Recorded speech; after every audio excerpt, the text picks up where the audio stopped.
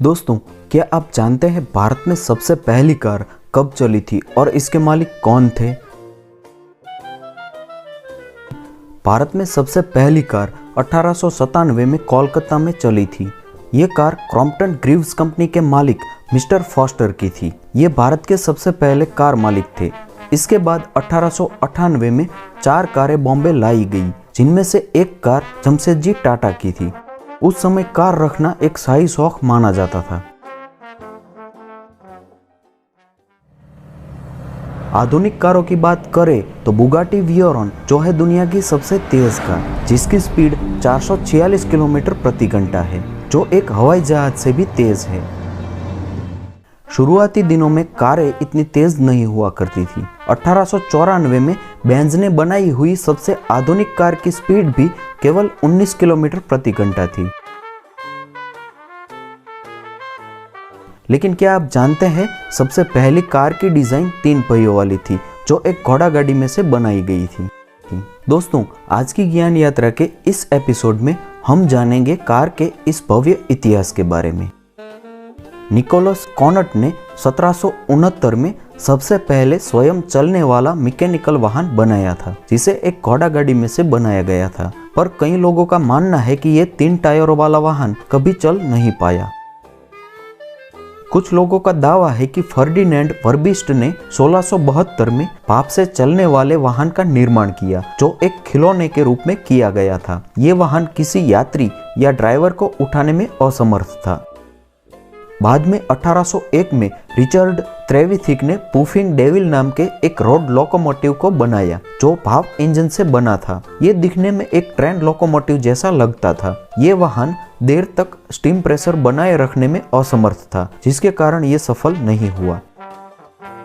सन 1780 में रूस के इवान कुलीबिन ने एक 3 पहियों वाले साइकिल के ऊपर भाप इंजन को लगाने का काम शुरू किया। इस वाहन पर शोध कार्य करने के बाद 1791 में उन्होंने एक डिजाइन पेश किया, जिसकी कुछ विशेषताएं थी, जैसे कि fly wheel, brake, gear box और बेरिंग। ये वो सब चीजें हैं जो वर्तमान में भी एक आधुनिक कार में इस्तेमाल की जाती है। उनका डिजाइन 3 पहियों वाला था। ये भी संतुलित न होने के कारण असफल रहा। इन लोगों की तरह अन्य कई आविष्कारकों ने ऑटोमोबाइल क्षेत्र में कार्य किए, लेकिन वो सब भी असफल रहे। नवंबर 1881 में फ्रेंच आविष्कारक फ्रैंकोइस इसाक डी रिवाज ने कार के लिए पहले आंतरिक दहन इंजन को डिजाइन किया। ये इंजन हाइड्रोजन और ऑक्सीजन के तेल मिश्रण से चलता था। ऑटोमोबाइल क्षेत्र में ये एक अहम खोज साबित हुआ। कार्ल बेंज, जिसे आधुनिक ऑटोमोबाइल के आविष्कारक के रूप में जाना जाता है, जिन्होंने 1885 में जर्मनी के मैनहेम शहर में 4 स्ट्रोक गैसोलीन इंजन के इस्तेमाल से एक ऑटोमोबाइल बनाया। इस डिजाइन को अगले साल जनवरी में पेटेंट कराया गया, जिसे बेंज एंड CIA कंपनी के नाम से पेटेंट किया गया। इस कंपनी की स्थापना 1883 में हुई थी। उन्होंने 1888 में अपने उत्पादनों को बाजार में बेचना शुरू किया। उन्होंने अपनी पहली मोटर वैगन 1885 में बनाई। इस मोटर वैगन को 19 जनवरी 1886 में सम्मानित किया गया। बेंज ने अपने इन वाहनों का प्रचार शुरू किया और उस समय लगभग 25 बेंज वाहन बिके। इसी बीच एक और 4 पहियों वाली गाड़ी का डिजाइन बेंज ने पेश किया। ये डिजाइन एक सहूलियत भरा था और 4 स्ट्रोक इंजन से चलता था। जैसे जैसे बेंज की कंपनी ने अपने उत्पादन को बढ़ाया, वैसे वैसे उन्हें और इंजनों की जरूरत पड़ने लगी। फ्रांस के एमिले रोजर बेंज के वाहनों के इंजन निर्माण का कार्य करते थे। 1896 में बेंज ने पहला आंतरिक दहन फ्लैट इंजन बनाया, जिसे जर्मनी में बॉक्से मोटर का नाम दिया गया। 19वीं सदी के अंतिम वर्षों के दौरान बेंज एंड CIA दुनिया की सबसे बड़ी ऑटोमोबाइल कंपनी बनी, जिसने 572 वाहनों का उत्पादन किया और इसी कारण 1999 में बेंज एंड CIA कंपनी एक संयुक्त स्टॉक कंपनी बनी।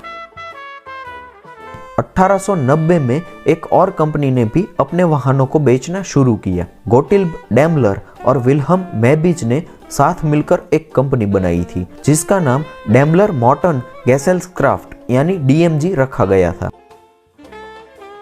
सन 1900 में डैमलर का देहांत हो गया। उनके देहांत के बाद विल्हम ने डैमलर मर्सिडीज के नाम से कार बनाना जारी रखा। बाद में विल्हम ने बेंज के साथ हाथ मिलाया और एक नई कंपनी की शुरुआत की जिसका नाम डैमलर बेंज रखा गया। ये वही कंपनी है जो आज मर्सिडीज बेंज के नाम से जानी जाती है। ये कंपनी अपने वाहनों को मार्केट में बेचने लगी। उसे काफी सफलता मिली। अभी तक कारों में केवल गैसोलीन इंजन का इस्तेमाल होता था जिसकी शक्ति 35 HP तक की होती थी। भाप, बिजली और गैसोलीन इंजनों से चलने वाली गाड़ियां दशकों तक चली। उसी बीच 1897 में एक जर्मन इंजीनियर रुडोल्फ डीजल ने एक इंजन का आविष्कार किया जो पहला डीजल इंजन बना। इस डिजाइन में पिस्टन और क्रैंकशाफ्ट की मदद से इंजन को चलाया जाता था। ये इंजन काफी शक्तिशाली था और इसमें ईंधन की खपत भी कम होती थी। ये इंजन बहुत कारगर रहा। डीजल इंजन का इस्तेमाल मौजूदा कार कंपनियां करने लगी। जैसे जैसे कारों की मांग बढ़ने लगी, कार उत्पादक कंपनियों को बड़े पैमाने पर और किफायती मोटर वाहनों का उत्पादन करने की जरूरत पड़ने लगी, जिसकी शुरुआत 1920 में रनसोम ओल्ड्स ने अपनी ऑटोमोबाइल कंपनी में प्रोडक्शन लाइन तकनीक से की।